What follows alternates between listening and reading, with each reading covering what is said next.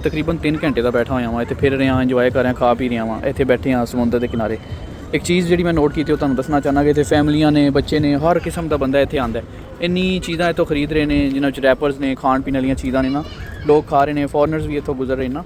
ਅਤੇ ਖਾਣ ਤੋਂ ਬਾਅਦ ਨਾ ਕੋਈ ਵੀ ਬੰਦਾ ਇੱਥੇ, ਕੋਈ ਬੱਚੇ ਤੋਂ ਲੈ ਕੇ ਵੱਡੇ ਤੱਕ, ਕੋਈ ਵੀ ਬੰਦਾ ਇੱਥੇ ਗੰਦ ਨਹੀਂ ਪਾ ਰਿਹਾ, ਰੈਪਰਸ ਇੱਥੇ ਨਹੀਂ ਸੁੱਟ ਰਿਹਾ। ਉਹ ਡਸਟਬਿਨ ਲੱਗੀਆਂ ਨੇ ਜਗ੍ਹਾ ਜਗ੍ਹਾ 'ਤੇ ਨਾ, ਪ੍ਰੋਪਰ ਉਹਦੇ ਅੰਦਰ ਆਪਣਾ ਗੰਦ ਸ਼ੰਦ ਵਗੈਰਾ ਸੁੱਟ ਰਹੇ ਨੇ।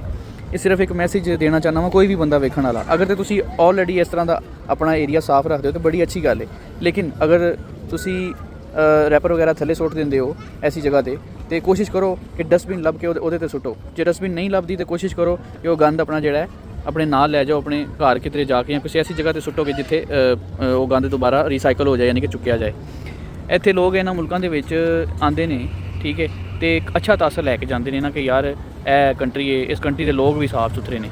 ਹੁਣ ਇਹ ਵੇਖ ਲਓ ਕਿ ਕਿੰਨਾ ਅੱਛਾ ਮਾਹੌਲ ਹੈ, ਸਾਫ਼ ਸੁਥਰਾ, ਹਰ ਬੰਦਾ ਆਪਣਾ ਇੰਜੋਏ ਕਰ ਰਿਹਾ। ਔਰ ਇਹ ਕੋਈ ਬਹੁਤ ਜ਼ਿਆਦਾ ਤਰੱਕੀ ਯਾਫਤਾ ਮੁਲਕ ਵੀ ਨਹੀਂ ਹੈ, ਅਤੇ ਸਾਡਾ ਪਾਕਿਸਤਾਨ ਜਿਹੜਾ ਉਹ ਵੀ ਇਸ ਤਰ੍ਹਾਂ ਸਾਫ਼ ਸੁਥਰਾ ਹੋ ਸਕਦਾ ਸਿਰਫ ਲੋਕ ਆਪਣੀ ਥੋੜ੍ਹੀ ਜਿਹੀ ਸੋਚ ਬਦਲ ਲੈਣ 'ਤੇ।